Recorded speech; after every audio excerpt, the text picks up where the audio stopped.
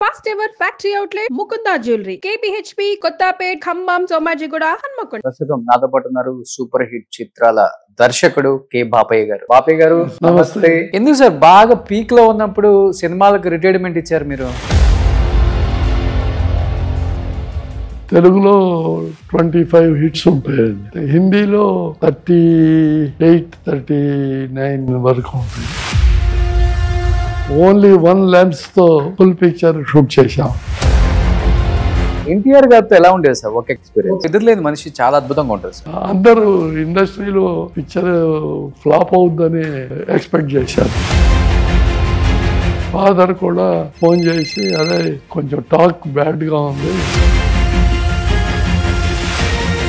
So real life లో ఎలా ఉండేవాళ్ళు శ్రీదేవి గారు అసలుకి? ఇప్పుడు చెప్పకూడదు కూడా. సెకండ్ మ్యాన్ ని పెళ్లి చేసుకు వద్దని నేను చెప్పాను, కానీ శ్రీదేవి గారికి బిఫోర్ మ్యారేజ్ అయిందా? మనకేమో తాలిబొట్టు, బెంగాలీస్ కి ఇక్కడ. తమ్ముడు ఆయన వాడని ఫ్రూట్ లేదు, అన్ని ఫ్రూట్స్ వాడారు. ఆయన పిక్చర్లు నేను తక్కువ చూసేవాడిని, ఎందుకంటే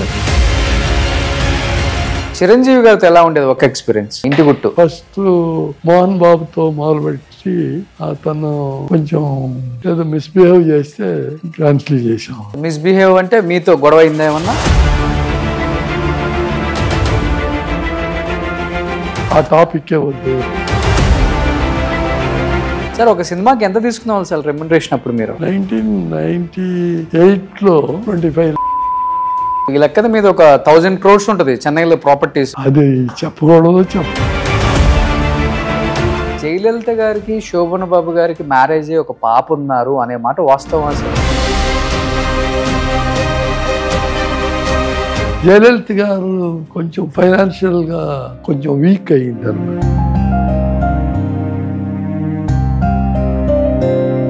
ఎందువల్ల సార్? ఫస్ట్ నాకే కవర్ చేసింది, తన ఇల్లు షూట్ చేసుకోమని. ఆమె ఉండే ఇల్లు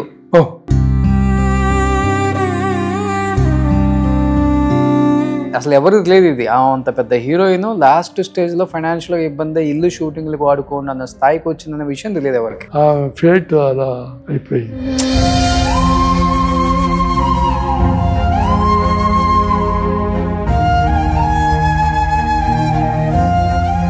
hi hello, welcome to Suman TV. నేను మీ రోషన్. ప్రస్తుతం నాతో పాటు ఉన్నారు సూపర్ హిట్ చిత్రాల దర్శకుడు కె బాపయ్య గారు.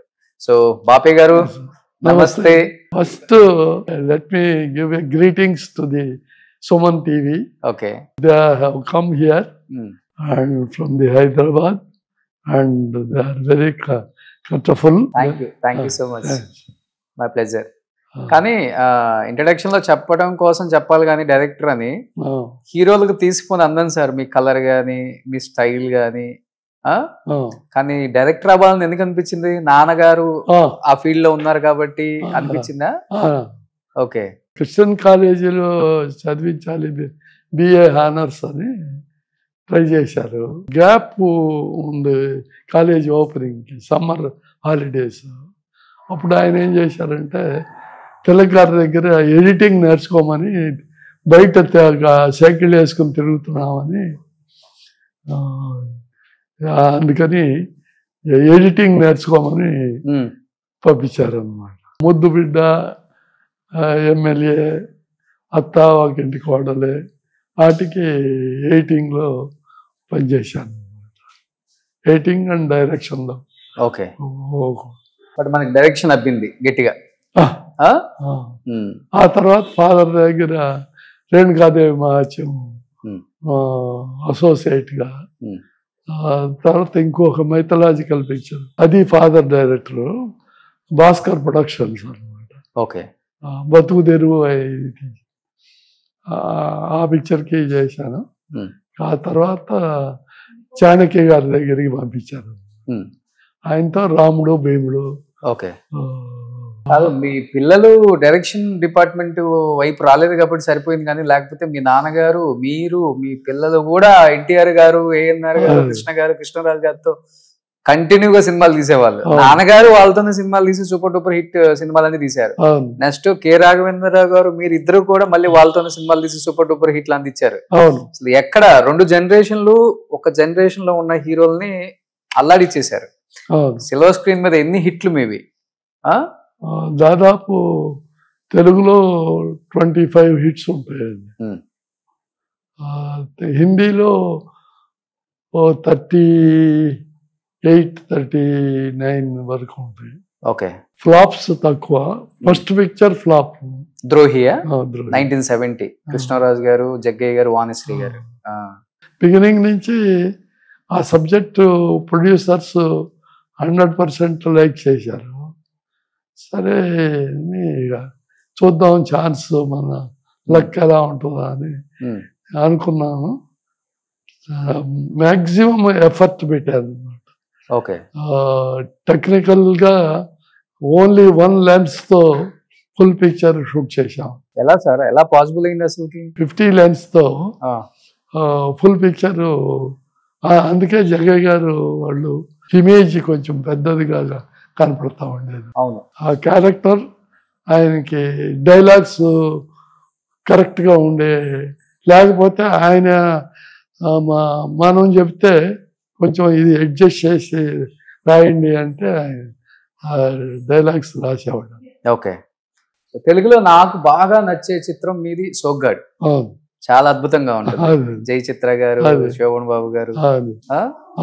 సో మీకు బాగా నచ్చే సినిమా అంటే తెలుగులో ఒక టాప్ 5 లో మీరేం చెప్తారు మీరు తీసింది? తెలుగులో ముందడుగు నంబర్ 1 పిక్చర్ అండి. 1 ఇయర్ ఆడింది. అవును, ముందడుగు 40 years కూడా అయింది కదా సినిమా రిలీజ్ అయ్యి. సోగ్గాడు పబ్లిక్ ఫంక్షన్ చేశారు విజయవాడలో. గ్రౌండ్స్ లో, నెహ్రూ గ్రౌండ్స్ ఏదో. అవును. దాదాపు 80,000 పీపుల్ వచ్చారు. ఇప్పుడంటే ఫంక్షన్స్ అంటే మనం జనాన్ని కూడా డబ్బులు ఇచ్చి తెచ్చుకునే స్థాయికి వచ్చింది, కానీ అప్పుడు జనం అంతా రియల్ ఆడియన్స్, ప్రేమతో వచ్చేవాళ్ళు ఎక్కువ. అప్పుడు సినిమా లవర్స్ ఆడియన్స్ వాళ్ళ లవ్ వేరు. అవును. ఇప్పుడేముంది సార్, ఇప్పుడు ఒక సినిమా ఒక 1 week ఆడిందంటే పెద్ద హిట్. అప్పుడంతా 100 days, 175 days, 365 days, 1 year అసలుకి ఎలా ఆడే పిక్చర్స్. ముందడుగు ఎన్ని ఇయర్స్ ఆడింది? 1 year. 1 year ఆడింది. థియేటర్స్ అది నాకు తెలియదు. నేను హిందీ ముందడుగు చేస్తున్నప్పుడు ఫుల్ పేజ్ ఇది అడ్వర్టైజ్మెంట్ లేకపోతే పేపర్ వాళ్ళు వేసి రామానాయుడు గారు వచ్చి చూపించారు. ఎన్టీఆర్ గారితో ఎలా ఉండేది సార్ ఒక ఎక్స్పీరియన్స్? క్లోజ్ ఫ్రెండ్ లాగా ఉంటారు, ఒక సెంటిమెంట్ లాగా ఉంటారు, చాలా బాగా ఉండేది. ఓకే. ఆయనే ఫస్ట్ ఇక్కడ ఇల్లు చూసి, ఈ ఇల్లు కాదు పాతిల్లు. ఓకే. కొనేటప్పుడు మొత్తం ఆ ఓనర్తో మాట్లాడి కాఫీ అది తీసుకుని ఆయన ఓకే చేసినాకే కొనేసాం. సెంటిమెంట్ హ్యాండా మీకు ఆయన? ఇంట్లో ఫాదర్ కన్నా ముందు ఆయనకే చెప్పారా? అవును. ఓకే. తర్వాత గృహప్రవేశానికి కూడా ఆయన వైఫ్, డాటర్స్ ఇప్పుడు పాలిటిక్స్ లో ఉంది, పురంధేశ్వరి, చంద్రబాబు నాయుడు వైఫ్, పెళ్లి కాలేదు, వాళ్ళందరూ వచ్చారనమాట. ఓకే. సో అప్పుడంతా ఫ్యామిలీ ఆయనతో వర్క్ చేసే టెక్నీషియన్స్ కి మంచి వాల్యూ, గౌరవం. అవును. ఇంటికి వచ్చినా గానీ ఆ పద్ధతులంతా బాగుండేదంట, అలా నేర్పించారంట పిల్లలకి. ఆయన గాని బసవతారకం గారు గాని చెప్తూ ఉండేవారు అందరూ. అవును. మంచి మెమరబుల్ మూమెంట్స్ ఉన్నాయి అనమాట ఎన్టీఆర్ గారితో. సో ఒక గాడ్ ఫాదర్ లాగా మీకు. సో ఇల్లే అంత సెంటిమెంట్ గా ఆయన పిలిపించి నాన్నగారికి చూపించకుండా ఫస్ట్ ఆయనకి చూపించి ఆయన ఓకే అయిన తర్వాత కొన్నారు అంటే మీకు ఎంత ఇష్టమో ఆయన అంటే అర్థం అవుతుంది. కానీ మీ కాంబినేషన్ లో ఎదురులేని మనిషి చాలా అద్భుతంగా ఉంటుంది సార్. సో దాని గురించి ఏదైనా చెప్తారా? అందరూ భయపడ్డారంట కదా ఆ టైంలో, ఆ సినిమా తీసేటప్పుడు అందరూ భయపడ్డారు అన్న. అవును, అందరూ భయపడ్డారు. సరే, ఆయన మాత్రం ఇంటికి ఆ డ్రెస్ లో వెళ్ళినప్పుడు కూడా ఏంటి ఈ ఏజ్లో ఈ డ్రెస్ ఏంటి అంటే మన వాళ్ళు యంగ్స్టర్స్ వాళ్ళు తీస్తున్నారు, so let us do it అని చెప్పేసేవాళ్ళు. ఓకే, సో బసవతారకంగా డ్రెస్ చూసి అదిరిపోయారు. ఓకే, అందరూ ఇండస్ట్రీలో ఈయనేంటి, డాన్స్లు ఏంటి, సాంగ్స్ ఏంటి అని పిక్చర్ ఫ్లాప్ అవుద్దని ఎక్స్పెక్ట్ చేశారు అన్నమాట. ఫాదర్ కూడా ఫోన్ చేసి అరే కొంచెం టాక్ బ్యాడ్గా ఉంది ఇండస్ట్రీలో, ఎక్కువ షోస్ వేయమాకండి ఎవరికి అని చెప్పారు. ఆ తర్వాత రిలీజ్ అయినాక నేను ప్రొడ్యూసర్ ఇక్కడే ఉన్నాము. అక్కడ మన వాళ్ళు వెళ్ళి హోటల్కి వెళ్ళి స్నానం చేసి 9 o'clock కదా ఫస్ట్ షో అనుకుని స్నానం చేసి వెళ్ళేటప్పటికి ఫస్ట్ షో 5 o'clock మొదలుపెట్టారు. ఎర్లీ మార్నింగ్ 5 o'clock మొదలుపెట్టి వీళ్ళు వెళ్ళేటప్పటికి షో అయిపోయింది, జనం బయటకు వస్తున్నారు. 2 theaters సరిపడే మనుషులు క్యూలో నిలబడి ఉన్నారు. ఓకే, అట్లా 1 week బ్రహ్మాండంగా జరిగింది.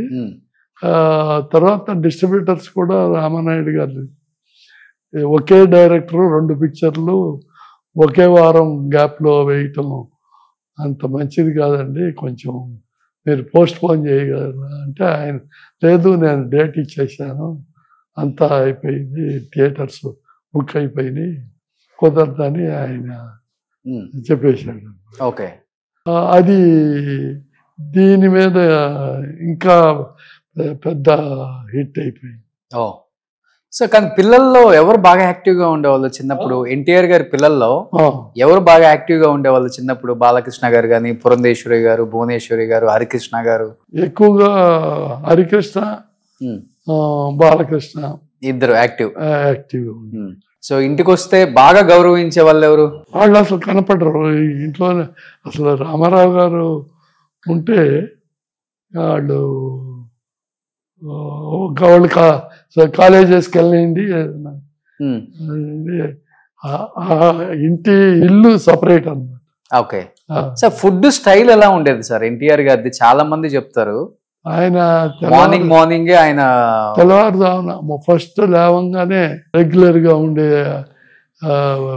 మార్నింగ్ ఇది చేసేసుకుని అప్పుడు ఎక్సర్సైజ్ చేసేవాడు. ఎక్సర్సైజ్ అయినాక 5 o'clock 4:30 వచ్చేసేవాడు. భోజనం డైరెక్ట్ గా ఒక కోడి చికెన్ చెప్పకూడదు, అదే ఆయన భోంచేసి కబడ్డీ అంతా రెడీ అయిన అంటే నాన్ వెజ్ తో తింటారంట మార్నింగ్ ఆయన. ఓకే, ఒక కోడి. ఓకే, సో అంటే ఈవినింగ్ వరకు ప్రోటీన్ ఎక్కువ ఉండాలి, యాక్టివ్గా ఉండాలని ఆయన చేసే క్యారెక్టర్స్ కి ఆ మాత్రం ఉండాలి కదా సార్. ఆ తర్వాత మేకప్ ఇంట్లోనే చేయించుకునేవాడు. ఆయన టాప్ స్టార్ అయినాక ఇంట్లోనే చేయించుకునేవాళ్ళు. ఓకే, సో మేకప్ వేసుకున్న తర్వాత ఇంకా లొకేషన్కి వెళ్ళిపోవడం. మేకప్ చేసుకుని రెడీగా ఆఫీస్ రూమ్లో కూర్చునేవాడు. ప్రొడ్యూసర్స్ ఫోన్ చేస్తే బయలుదేరేవాడు అనమాట. అప్పటి వరకు ఎవరన్నా వచ్చినా షూట్, సపోజ్ నాకు షూటింగ్ లేదనుకోండి, నేను వెళ్తే మాట్లాడుతూ ఉండేవాడు. ఓకే, బాంబేలో ఎలా ఉంటుంది, అమెరికన్ పిక్చర్స్ ఎలా ఉంటాయి, అవన్నీ అట్లా మాట్లాడుతూ ఉండేవాడు. ఓకే, కానీ అప్పుల్లో సౌత్ డైరెక్టర్స్ ని ఎవరు కూడా బాలీవుడ్ లోకి ఎంట్రీ ఇచ్చేవాళ్ళు కాదు. అక్కడ పెద్దవాళ్ళు అందరూ కూడా ఒక సిండికేట్, ఒక మాఫియా అక్కడ ఇండస్ట్రీని ఏళ్తుందని చెప్తారు. అలాంటిది ఆ టైంలో మీరు ఎంట్రీ ఇచ్చినప్పుడు భయం అనిపించిందా? బాధ్యతగా తీసుకున్నారా? మీకు అంత ఇంపార్టెన్స్ ఇచ్చారా? మీకు ఆ గౌరవం దక్కిందా? అన్ని మాటలు పడ్డా గానీ నేను ఇక్కడ నిలబడాలన్న కసితో చేశారా? ఎందుకో నా మీద అంత ప్రేమ. తర్వాత పిక్చర్స్ లో ఇది వస్తే కూడా ఒక సలహాలాగా కూడా అడిగేవాడు. ఓకే, అంటే ఒక సలహాలు తీసుకునే స్థాయికి వచ్చారు మీరు అక్కడ. కానీ తెలుగు డైరెక్టర్ అని ఎక్కడ లేదు. ఎలా పాసిబుల్ అయింది సార్? అన్ని సినిమాలు కంటిన్యూగా సూపర్ డూపర్ హిట్స్ ఇచ్చారు, అక్కడ డైరెక్టర్లకి ఈక్వల్ గా ఉన్నారు మీరు. పెద్ద విషయం కదా అది. ఏ విధంగా మాట్లాడుకునే వాళ్ళు అప్పుడులో మీ గురించి? తెలుగులో గానీ తమిళ్లో గానీ ఇక్కడ హీరోయిన్స్ మీ గురించి ఏం మాట్లాడుకునే వాళ్ళు? హీరోయిన్స్ భయపడేవాళ్ళు అన్నమాట. వాణిశ్రీ ఆకలి అవుతా ఉంది, బ్రేక్ ఇవ్వకూడదా అని అడగాలని మనసులో ఉండేది. కానీ ఆయన అసలు నా ముఖంకే చూడడం. మిగతా ఆర్టిస్టులతో షూట్ చేశాడు, ఎట్లా అడిగేది అని ఆమె ఒకరోజు ఎవరితోనో చెప్పింది అనమాట. అంటే చూడరా మీరు హీరోయిన్స్ ని? లేదు, మన షూటింగ్ మంది. అట్లాగే శ్రీదేవి రెడీ అయ్యి వచ్చినాక నేను మిగతా వాళ్ళతో చేస్తుంటే ఆ తర్వాత ఆమె వచ్చి రెడీ అయ్యి sir I'm ready with you అని చెప్పేది అనమాట. ఓకే, శ్రీదేవితో బాలీవుడ్ లోనే హిందీలో ఎక్కువ సినిమాలు తీశారు కదా? హిందీలో 14 పిక్చర్స్, 14 సినిమాలు శ్రీదేవి హీరోయిన్ గా. ఓకే, అందులో ఇంకా 2 పిక్చర్లు సగంలో ఆగిపోయినాయి అనమాట. ప్రొడ్యూసర్స్ కి ఫైనాన్షియల్స్ ఏదో మిస్అండర్స్టాండింగ్ లో. ఓకే, అందులో ఒక క్యారెక్టర్ శ్రీదేవిది చాలా బాగా చేసింది. పల్లెటూరు పిల్ల, ఆవుల్ని గేదెల్ని మేపుతా అట్లాంటి క్యారెక్టర్ అనమాట. ఓకే, బ్రదర్ ఏమో తన గడ్డిని తన వాటికి మేపే ఈ ఫుడ్ని వాడు దొంగిలించి వాడి జంతువులకి వేస్తా ఉండేవాడు. ఇద్దరు పోట్లాడుకోవడం ఇట్లా ఉండే సీన్స్ అయి ఉండే ఆ పిక్చర్ ఆగిపోయింది. సో రియల్ లైఫ్ లో ఎలా ఉండేవాళ్ళు శ్రీదేవి గారు? అసలుకి తెర మీద ఆమె మించిన హీరోయిన్ లేదు అసలుకి. బట్ రియల్ లైఫ్ లో ఆమెకి అది అంటే ఆమె చేంజ్ ఏమైనా వచ్చిందా ఆమె లైఫ్ లో? అంటే నేను పెద్ద హీరోయిన్ ని, ఇలా ఉండాలి అలా ఉండాలి, సో కొంత మెయింటైన్ చేయాలి డిస్టెన్స్ నాకు, అది తన లేదా మనసులో ఉండేది. వాళ్ళ అమ్మ ఏం చెప్తే అది చేసేది. ఎక్కువగా వాళ్ళ అమ్మాయి మీదే ఆధారపడి ఉండేది. ఓకే, బాంబేలో కొంచెం రేఖతో బాగా సలహాలు అడగటం, ఏది అవసరమైనా కూడా రేఖతో ఫ్రెండ్షిప్ లో ఉండేది అనమాట. ఓకే, సో ఇద్దరు ఇక్కడి నుంచి వెళ్ళారు కాబట్టి తమిళ నుంచే. సో మన జమినీ గణేష్ గారు అమ్మాయి, మన శ్రీదేవి గారు మన తమిళ అమ్మాయి, ఇద్దరు వెళ్ళి బాలీవుడ్ నిలేశారు. ఫస్ట్ హిందీ పిక్చర్ కి రేఖ హీరోయిన్, మీ పిక్చర్ కి. అవును, శ్రీదేవి గారితో మంచి అనుభూతులు అంటే ఏం గుర్తున్నాయి సార్ మీకు? అంత గొప్ప నటి కదా, ఎలాంటి క్యారెక్టర్ ఇచ్చినా గానీ పరకాయ ప్రవేశం చేసి 100% న్యాయం చేయగల గొప్ప నటి అని చెప్తాను. సో రియల్ లైఫ్ శ్రీదేవి అంటే ఏమని చెప్తారు? అవును, మీరు దగ్గర నుంచి చూసారు కాబట్టి అన్ని సినిమాలు. నన్ను సలహా అడిగింది కానీ ఇప్పుడు చెప్పకూడదు కూడా, వద్దని నేను చెప్పాను. బాగోదేమో మరి. హేమమాలిని ఒకసారి ఎవరికి ఇలాంటి ఇది జరగకూడదు, నేను సెకండ్ మ్యాన్ని పెళ్లి చేసుకోవటం, అలా మిగతా వాళ్ళు ఎవరు అలా చేయకూడదు, చేసుకోకూడదు అని అది కూడా నేను ఆమెతో చెప్పాను శ్రీదేవి గారికి. కానీ ఆ ఫేట్ అలా అతనితో అయిపోయింది. సో మీరు రిక్వెస్ట్ చేశారు పెళ్లి చేసుకోవద్దని? ఆ విషయంలో నేను ఇంటర్ఫీర్ అవలా.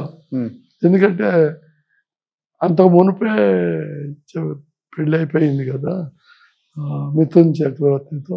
అవును, నిజమా సార్? అది చాలా మంది చెప్పారు కానీ నేను నమ్మలేదు. శ్రీదేవి గారికి బిఫోర్ మ్యారేజ్ అయిందా ఈ పెళ్లి కన్నా ముందు? మిథున్ చక్రవర్తి గారు ఆయన జెంటిల్మెన్ కాబట్టి బయటకి అసలు ఎవరికి చెప్పలేదు, ఎక్కడ పేపర్ న్యూస్లో కానీ ఏమి ఇవ్వలేదు. ఓకే, అంటే ఓన్లీ ఫ్యామిలీ మెంబర్స్ మధ్యలో అయింది. వాళ్ళ ఫాదర్ మదర్ సమక్షంలోనే కళ కూడా కళ మనకేమో తాలిబొట్టు, బెంగాలీస్కి కళ, రింగ్ అనమాట ఓకే ఈ చేతికి. అలా జరిగింది. ఎన్ని ఇయర్స్ ఉన్నారు వాళ్ళు మ్యారేజ్ అయ్యాక? 2-3 years 2-3 years ఉన్నారు మ్యారేజ్ అయిన తర్వాత. బట్ విషయం బయటికి రాలే ఎక్కడ? బయటికి రా, నాకు కూడా తెలియదు అనమాట. ఓకే. తర్వాత మిథున్ చెప్పటంతో నేను ఆమె లైఫ్ని పాడు చేయదలుచుకోలేదు. ఆమెకి కపూర్స్ ఫ్యామిలీస్ అంటే ఇష్టం, అందుకని సరేనని అందుకని బోనీ కపూర్ని చేసుకోవాల్సి వచ్చింది. బోనీ కపూర్ అలా ట్రాప్ చేశాడు. ఓకే. అంటే ఎప్పుడు నా షూటింగ్ జరిగినా బయట షూటింగ్ జరిగినా వచ్చి కూర్చునేవాడు. మేము ఎవరం పట్టించుకునేవాళ్ళం కాదు, మన షూటింగ్ ఏదో మనం. ఆ తర్వాత కానీ తెలిసి. ఓకే. సో ట్రాప్ చేసి పెళ్లి చేసుకున్నాడు అంతేనా సార్? అది మనం చెప్పలేము ఎలా జరిగిందో కూడా, ఎలా చనిపోయిందో కూడా చెప్పలేము. సహజ మరణం అయితే కాదనే చెప్తారు అందరూ. సహజ మరణం కాదు. ఏదేమైనా నిజంగా చాలా చిన్న వయసులోనే చనిపోయారు. బాగా బాధ అనిపించుంటది మీకు, అన్ని సినిమాలు తీశారు కాబట్టి. వెళ్ళారా మీరు? ఇక అనవసరం ఏదో అన్యాయం జరిగింది ఆమెకి, చాలా అన్యాయం జరిగింది. చూసారు ఈ మధ్య పాప తెలుగులో కూడా ఎంట్రీ ఇచ్చారు, మన దేవరలో హీరోయిన్ గా చేశారు జాహ్నవి కపూర్. శ్రీదేవి గారు అంత పెద్ద హీరోయిన్ అవుతారు అనుకుంటున్నారా పాప? నేను అవుట్ ఆఫ్ ఫీల్డ్ కాబట్టి, నేను అవుట్ ఆఫ్ ఫీల్డ్ అయినాక ఆమె పెరిగి పెద్దదై సినిమాల్లోకి వచ్చింది. అంచేత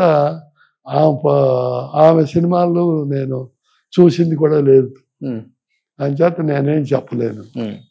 ఎందుకు సార్ బాగా పీక్ లో ఉన్నప్పుడు సినిమాలకు రిటైర్మెంట్ ఇచ్చారు మీరు? ఇది చాలు అనుకున్నామండి. ఇక సబ్జెక్ట్స్ కూడా ఎంతసేపటికి టెక్నాలజీ, యాక్షన్ తప్ప ఏమీ జరగట్లేదు.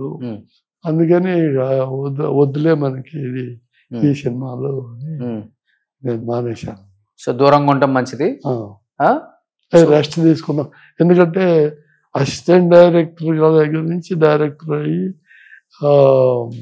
దాదాపు 50 years సినిమాలో ఉన్నాను అనమాట.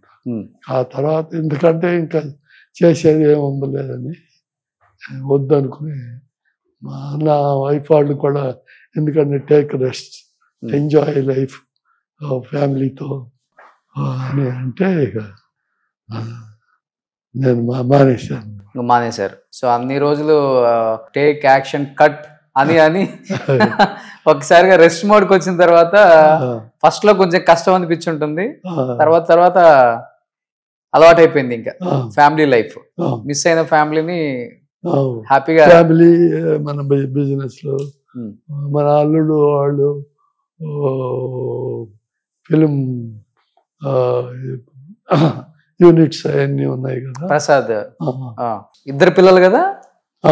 ఇద్దరు. ఒకళ్ళేమో ఎల్వి ప్రసాద్ గారి మనవడికి ఇచ్చారు, పెద్ద అమ్మాయిని. రెండో అమ్మాయిని హైదరాబాద్ లో. ఓకే. వాళ్ళు వేరే బిజినెస్ పీపుల్. సో ఇద్దరు అమ్మాయిల్ని పెద్దింటికే పంపించేశారు. సో ఎల్వి ప్రసాద్ గారు అంటే సినిమా ఇండస్ట్రీని ఏలిన మగమహారాజు ఆయన కూడా. అంటే ఎల్వి ప్రసాద్ గారిని తీసుకొచ్చింది మా ఫాదర్. అవును. తీసుకొచ్చి అంటే ఆయన్ని బాంబే నుంచి అసిస్టెంట్ డైరెక్టర్గా తీసుకొచ్చారు అనమాట. ఓకే. తీసుకొచ్చినాక స్క్రిప్ట్ జరుగుతూ ఉండగా ఆయన యాక్టివిటీ, ఆయన ఇది అంతా చూసి ఆయన్ని హీరోగా చేయమని ఫాదర్ చెప్పారు. ఓకే. సో మీ ఇద్దరులో ఫస్ట్ ఎవరు డైరెక్టర్ అయ్యారు? కె రాఘవేంద్రరావు గారా మీరు? ఓకే. మీ తర్వాత ఎప్పుడు వచ్చారు బ్రదరు? 2 years 3 years పడుతుంది. సో ఇద్దరు పోటాపోటీ చేశారు కదా? పోటాపోటీ అనేది లేదు, ఎందుకంటే నేను ఇక్కడ ఒక పిక్చర్ 10 days షూటింగ్ చేస్తే బాంబే వెళ్ళిపోయేవాడిని. సో అంచేత పెద్దగా కాంపిటీషన్ అనేది లేదు మాలో. ఓకే. కాకపోతే నాకు హిందీ షూటింగ్ ఉంటే ఫాదర్ షూట్ చేసి చెప్పేవాడిని, లేదంటే రాఘవేంద్రరావు చేయమనేవాడిని. ఎలా ఉండేది అన్నదమ్ముల మధ్య బాండింగ్? చాలా బాగా ఉండేది. ఇప్పటికి ఎక్కువ రెస్పెక్ట్ చేస్తారు అన్నని. అలాగే నేను బ్రదర్ని బాగా రెస్పెక్ట్ చేస్తాను. బాగా ఇష్టం తమ్ముడు అంటే.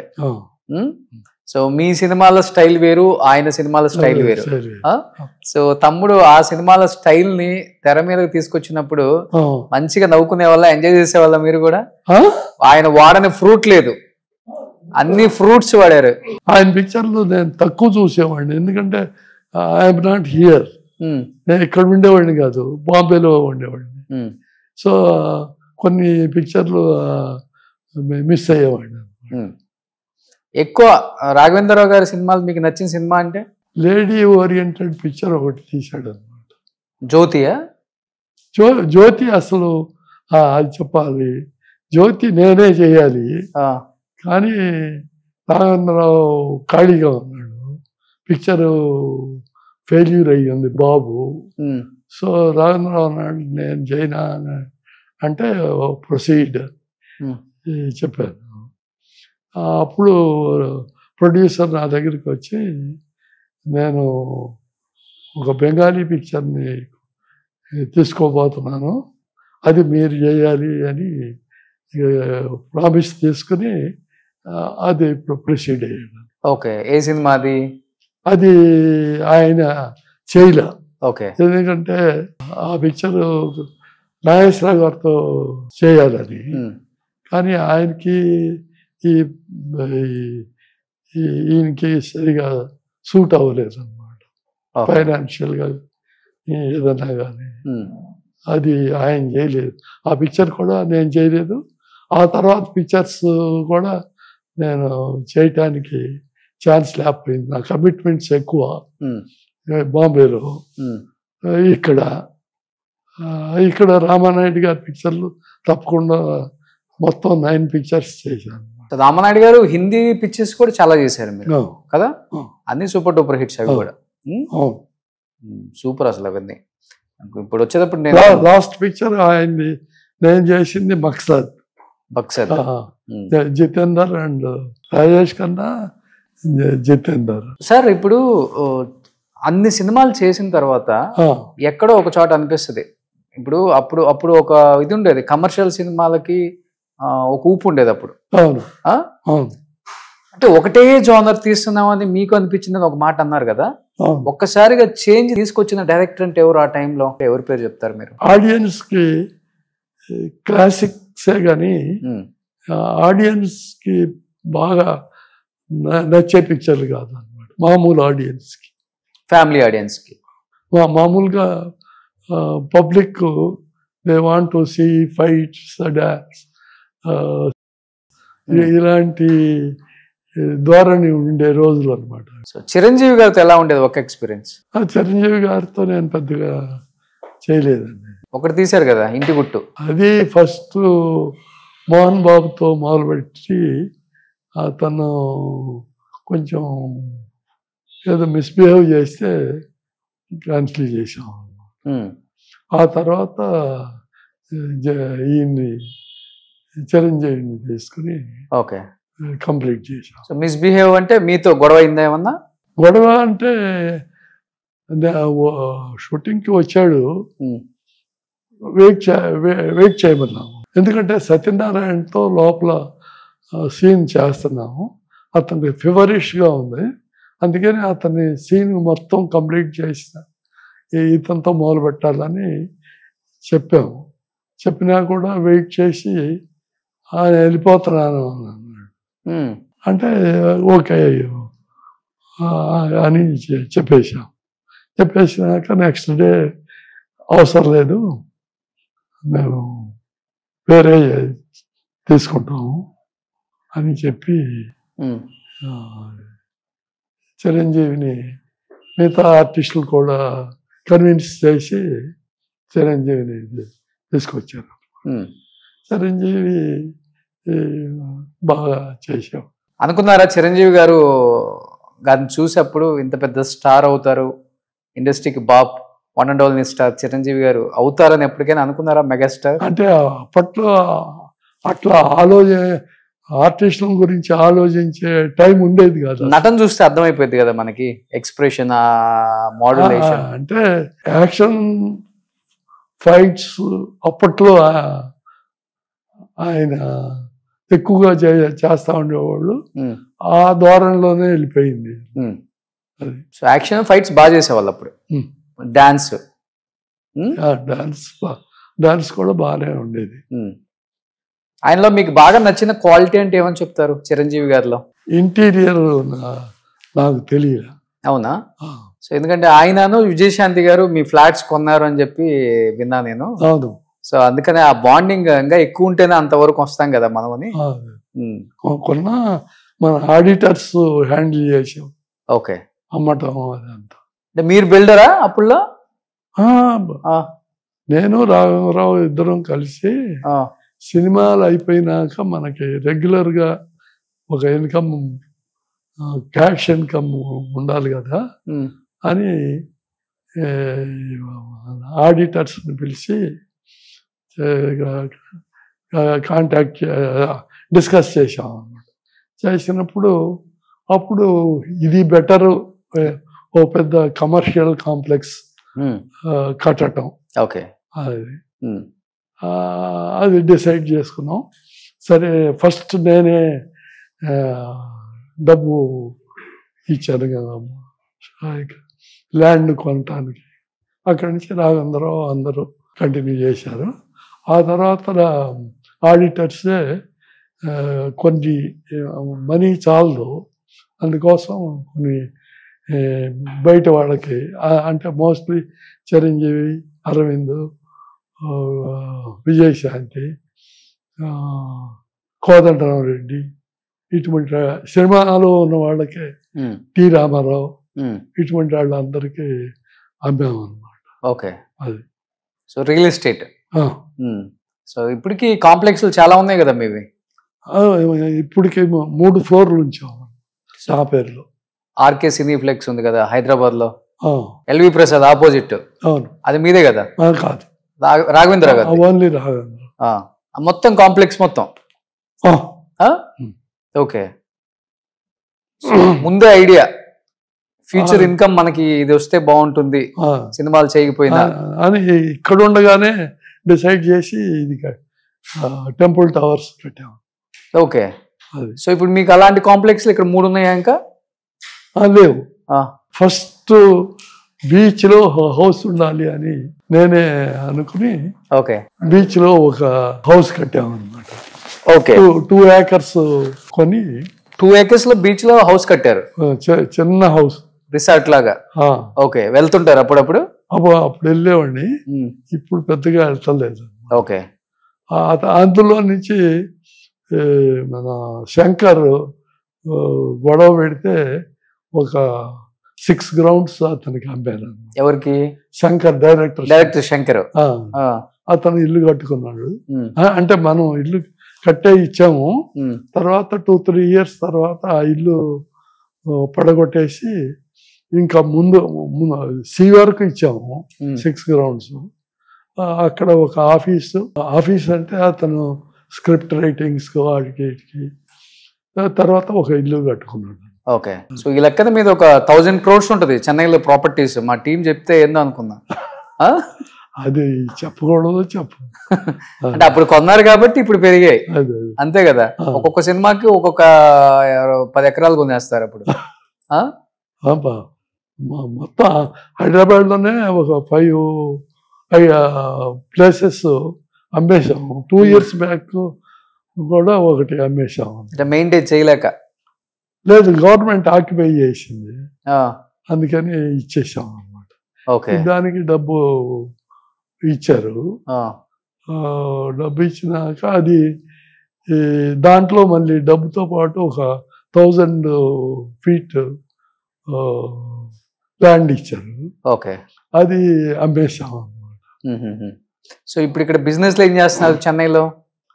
మా ఏం బిజినెస్ లేదు, తోటలు అవి, farm house, farm house, beach house, ఇట్లా ఫామ్ హౌస్ లో ఒక 400 చెట్లు మామిడి చెట్లు ఉంది, ఒక 250 కొబ్బరి చెట్లు ఉన్నాయి, ఒక 300 చెట్లు టీక్ మరం. ఓకే. సో ఎప్పుడన్నా ఫామ్ హౌస్కి వెళ్తుంటారు వీక్? ఇదివరకు వెళ్ళేవాడిని కాదండి, ఇప్పుడు వెళ్తలేదు. ఓకే. సో ఎప్పుడు వైట్ అండ్ వైట్ వేసుకుంటారా సార్? ఎప్పుడు వైట్ అండ్ వైట్ లోనే ఉంటారా? డిజైన్ లేదు, ఇప్పుడే ఎప్పుడు కలర్ షర్ట్స్. ఓకే, కలర్ఫుల్ గానే ఉంటారు ఫస్ట్ నుంచి కూడా. ఓకే. ఇది నా వైఫ్ కి బాగా వైట్ షర్ట్స్ ఇష్టం, అందుకోసమని వైట్ డ్రెస్ లో. సో ఈ ఫ్లవర్ మీరే డిజైన్ చేయించుకుంటారా? ఫ్లవర్ డిజైన్ మీరే చేయించుకుంటారా? డ్రెస్ మ్యానే మోస్ట్లీ బాంబే నుంచే వస్తాయి. ఓకే, బాంబే నుంచి వస్తాయి మీకు. ఓకే, ఇష్టం మీకు అలా. ఓకే. సరే, ఇంత అందంగా ఉంటారు, ఏ హీరోయిన్ ప్రపోజ్ చేయలేదు అప్పుడులో? చాలా మంది. అది ఐ లైక్ మై వైఫ్. అంటే పెళ్లి కాకముందు వచ్చినాయి కానీ నాకు ఇష్టం లేదు. ఓకే, అంత స్టార్ హీరోయిన్లే ప్రపోజ్ చేశారు.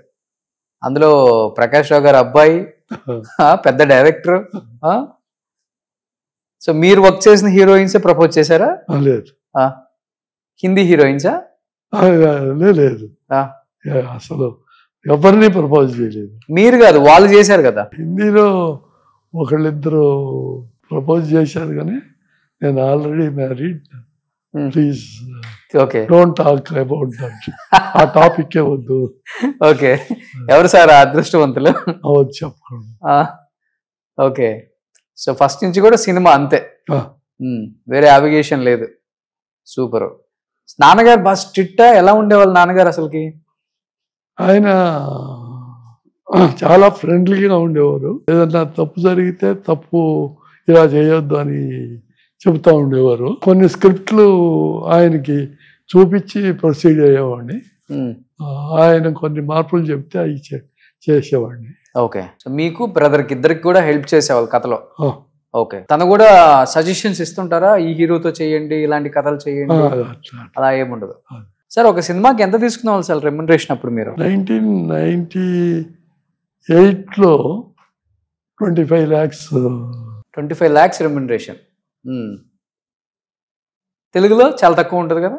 తెలుగులో ఎంత ఇస్తే అంత 3, 4, 5 అలా, అంతకంటే ఎక్కువ తీసుకోలేదు. నో డిమాండ్ ఇక్కడ. నచ్చిన ప్రొడ్యూసర్కే చేసేవాడిని. మీకు బాగా నచ్చిన ప్రొడ్యూసర్ అంటే ఎవరు? ఇక్కడ తెలుగులో రామనాయుడు గారు. తర్వాత ఆర్టిస్టులో రామారావు గారు అడగకుండానే ఆయన ఇచ్చేవాడు అనమాట. ఓకే. మీకు ఎంత కావాలి అండి అని అడిగేవాడు కాదు అసలు. అప్పుడే ఆయన బయట నేను ఎంత తీసుకుంటున్నా దాని మీద ఒక 25,000 ఎక్కువ వేసి ఇచ్చేవాడు. సూపర్. శోభన్ బాబు గారితో ఒక్క ఎక్స్పీరియన్స్ అంటే ఏమని చెప్తారు? ఆయన వచ్చినప్పుడే చుట్టూ అరౌండ్ భలే ఉంటుంది, చాలా పాజిటివ్ గా ఉంటారు అని చెప్తారు అందరూ. డైరెక్టర్ కి మోస్ట్ ఒబీడియంట్ గా ఆయన చెప్పింది చేసేవాడు. కృష్ణ గారు ఒక్కోసారి కొన్ని సజెషన్స్ కూడా ఇస్తాం ఉండేవాడు. ఆయన సొంత పిక్చర్లు నాతోనే హిందీ పిక్చర్లు 3 పిక్చర్లు తీశారనమాట కృష్ణ గారు. ఓకే. కృష్ణ గారు ప్రొడ్యూసర్. ఓకే. ఆయన బ్రదర్స్. ఫస్ట్ నాతోనే హిందీలో స్టార్ట్ చేశారు. శోభన్ బాబు గారు సౌత్ లోనే రిచెస్ట్ హీరో అని చెప్తారు. చెన్నై ఎక్కడ చూసినా కానీ ఆయనదే. హాఫ్ ఆఫ్ ద చెన్నై కొనేశారు అప్పుల్లో. ల్యాండ్స్ మీద ఆయన ఇన్వెస్ట్ చేసినట్టు ఎవరు చేయలేదు అని చెప్తుంటారు. నిజమా సార్ అది? సినిమా ఫీల్డ్ లో వాళ్ళు తెలుగులో శోభన్ బాబు, తమిళ్లో అంటే శివాజీ గారు, ఎంజీఆర్ వాళ్ళు చాలా హై లెవెల్లో కొనేవాళ్ళు. ఓకే. సో ల్యాండ్స్ ఎక్కువ కొనేవాళ్ళు శోభన్ బాబు గారు?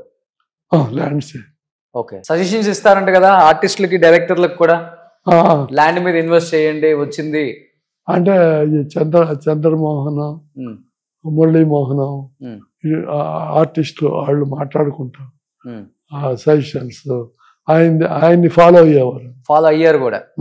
ఓకే, చనిపోయే వరకు శోభన్ బాబు గారు టచ్ లోనే ఉన్నారు మీకు? సినిమా అయిపోయిన తర్వాత ఆయన కూడా నిజంగా చెప్పాలంటే రిటైర్మెంట్ ఇచ్చారు, అవును, హుందాగా ఉండాలని. అవును.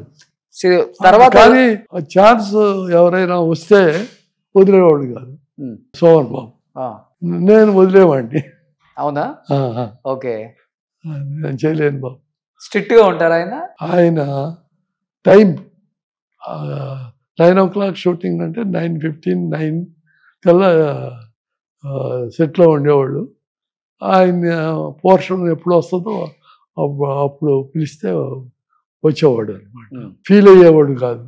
ముందడుగులో ఎక్కువ పోర్షన్ కృష్ణకు ఉండేది అనమాట. ఆయన ఎప్పుడు పిలిస్తే అప్పుడు వెయిట్ చేసేవాడు. Is a gentleman. ఓకే, ఆయన gentleman, Krishna more helpful and gentle. So మీరు చేసిన హీరోయిన్స్ లో మీకు బాగా నచ్చిన హీరోయిన్ అంటే? జయప్రద గారు, జయసుధ గారు, వాణిశ్రీ గారు. తెలుగు తర్వాత హిందీలో కూడా శ్రీదేవి. ఓకే, ఫస్ట్ జీనత్ అమన్ బాగా నచ్చేది. జీనత్ అమన్ టక్కర్ పిక్చర్ లో జీనత్ అమన్, హేమమాలిని. సార్ అందరూ చెప్తుంటారు, ఇప్పుడు మీరు అప్పుడు వాళ్ళతో సినిమాలు తీశారు కాబట్టి డైరెక్టర్స్ కి they know each and everything, వాళ్ళ లైఫ్ గురించి కూడా ఒక బాండింగ్ ఉంటుంది షేర్ చేసుకునేది. జయలలిత గారికి శోభన్ బాబు గారికి మ్యారేజ్ ఒక పాప ఉన్నారు అనే మాట వాస్తవమా సార్? తెలియదండి అసలు నాకు. ఎలా ఉంటారు అసలు వాళ్ళిద్దరి మధ్య? అంటే అప్పటికి ఆమె రిటైర్ అయిపోయింది, మేము డైరెక్టర్స్ అయ్యేటప్పటికి. అవునా? ఓకే. అంటే కొంచెం లావ్ అవటం, ఎవరు పెద్దగా తమిళ్లో కూడా చేసేవాళ్ళు కాదు. ఒక రామానాయుడు గారే ఆమె లాస్ట్ పిక్చర్ చేసింది. ఓకే, అది ఫ్లాప్ అయింది. తెలుగు వాళ్ళకి మంచి ఇంపార్టెన్స్ ఇస్తారు కదా అమ్మా. ఎప్పుడైనా కలిసారా సీఎం అయిన తర్వాత? జయలలిత గారు అప్పటికే కొంచెం ఫైనాన్షియల్ గా కొంచెం వీక్ అయ్యింది అనమాట. ఎందువల్ల సార్? కారణం తెలియదు. ఫస్ట్ నాకే కవర్ చేసింది, తన ఇల్లు షూట్ చేసుకోమని. ఆమె ఉండే ఇల్లు? ఓకే, షూటింగ్ కి పని నేను, మా ప్రొడక్షన్ మేనేజర్ మొహిద్దీన్ అని ఉండేవాడు, ఇద్దరం వెళ్ళాము. వెళ్ళి మొత్తం ఆమె ఇల్లంతా చూపించింది. అప్పుడు నాకు కావాల్సింది చాలా పెద్ద హౌస్ అన్నమాట. అందుకోసమని సారీ మేడం, నాకు సూటబుల్ కాదు ఇప్పుడు తీస్తున్న పిక్చర్కి అని చెప్పి, ఆ తర్వాత శ్రీధర్ గారిని అడిగి, శ్రీధర్ గారు హిందీ పిక్చర్ ఒక 2-3 days చేశాడు. ఆ తర్వాత ఇంకా ఎవరు చేసి ఉంటారు. ఆ తర్వాత ఎంజిఆర్ గారి దగ్గరికి వెళ్ళిపోయింది. ఆయన పబ్లిసిటీ ఇన్ఛార్జ్గా ఒక జాబ్ ఇచ్చారు. సో ఆ తర్వాత ఫైనాన్షియల్ గా కొంచెం పర్వాలేదు. ఇంకా శోభన్ బాబు గారు చాలా కొద్దిగా ఇచ్చేవాడు. మళ్ళీ ఎంజిఆర్ గారితో జాయిన్ అయినాక బాగా, తర్వాత చీఫ్ మినిస్టర్ అయింది. ఇక చెప్పాల్సిన పని. చూడండి లైఫ్ ఎలా మారిందో. అదే అసలు ఎవరికి లేదు ఇది. అంత పెద్ద హీరోయిన్ లాస్ట్ స్టేజ్ లో ఫైనాన్షియల్ ఇబ్బంది, ఇల్లు షూటింగ్లు వాడుకోండి అన్న స్థాయికి వచ్చిందన్న విషయం తెలియదు ఎవరికి. ఒక్కసారిగా మళ్ళీ లేచి ఆమె చీఫ్ మినిస్టర్ అయ్యి, గ్రేట్ సార్. సో లైఫ్ అంటే అలా. Chief minister 4 times 5 times. MGR గారు చనిపోవటం, ఆ తర్వాత మళ్ళీ కరుణానిధి రావటం, కరుణానిధి మీద మళ్ళీ కాంపిటేటివ్గా గెలిచి చీఫ్ మినిస్టర్ అయ్యి. సూపర్. సో ఇప్పుడున్న సినిమాలు ఫాలో అవుతున్నారా తెలుగులో? ఇప్పుడు ఉన్న వాళ్ళు ఎవరిష్టం మీకు డైరెక్టర్స్ లో? పాన్ ఇండియా స్థాయికి వెళ్ళిపోయింది. రాఘవేంద్రరావు తర్వాత నాకెవరో తెలియదు కూడా. రాఘవేంద్రరావు గారు ప్రొడక్షన్ లోనే కదా బాహుబలి వచ్చింది. Baahubali is very good, but I don't know the director. SS Rajamouli గారు. రాజమౌళి పేరు తెలుసు, కానీ నేను చూడలేదు ఆయన్ని. ఓకే. ఆయన ఫాదర్ అంట ఫస్ట్ ఒక హిందీ పిక్చర్కి అర్జున్ రాజు గారు అనే ఒక ప్రొడ్యూసర్ ఉండేవాడు. ఆయన హిందీ పిక్చర్ తీయాలని స్టోరీ కోసం ఈయన ఫాదర్ అన్నమాట, విజయేంద్ర ప్రసాద్ గారు, ఆయన అన్న, ఆయన పేరేంటో మర్చిపోయాను, వాళ్ళిద్దరూ వచ్చి కథ చెప్పారు అనమాట. ఓకే. కానీ మనకు అంత నచ్చలేదు, అది తీయలేదు. ఓకే. సో ఇప్పుడున్న తెలుగు హీరోస్ అన్న తెలుసా సార్ మీకు? తెలుగు హీరోస్ తెలియదండి. వాళ్ళ తెలుగు హీరోస్ చిరంజీవి గారి కొడుకు రామ్ చరణ్ గారు, తర్వాత కృష్ణ గారి కొడుకు మహేష్ బాగా తెలుసు, బాగా చేస్తున్నాడా? చిన్నప్పటి నుంచి తెలుసు అతను, అతను బాగా చేస్తాడు. Junior NTR very good. ఏ రోల్ అయినా ఏ డాన్స్ అయినా బాగా చేస్తాడు.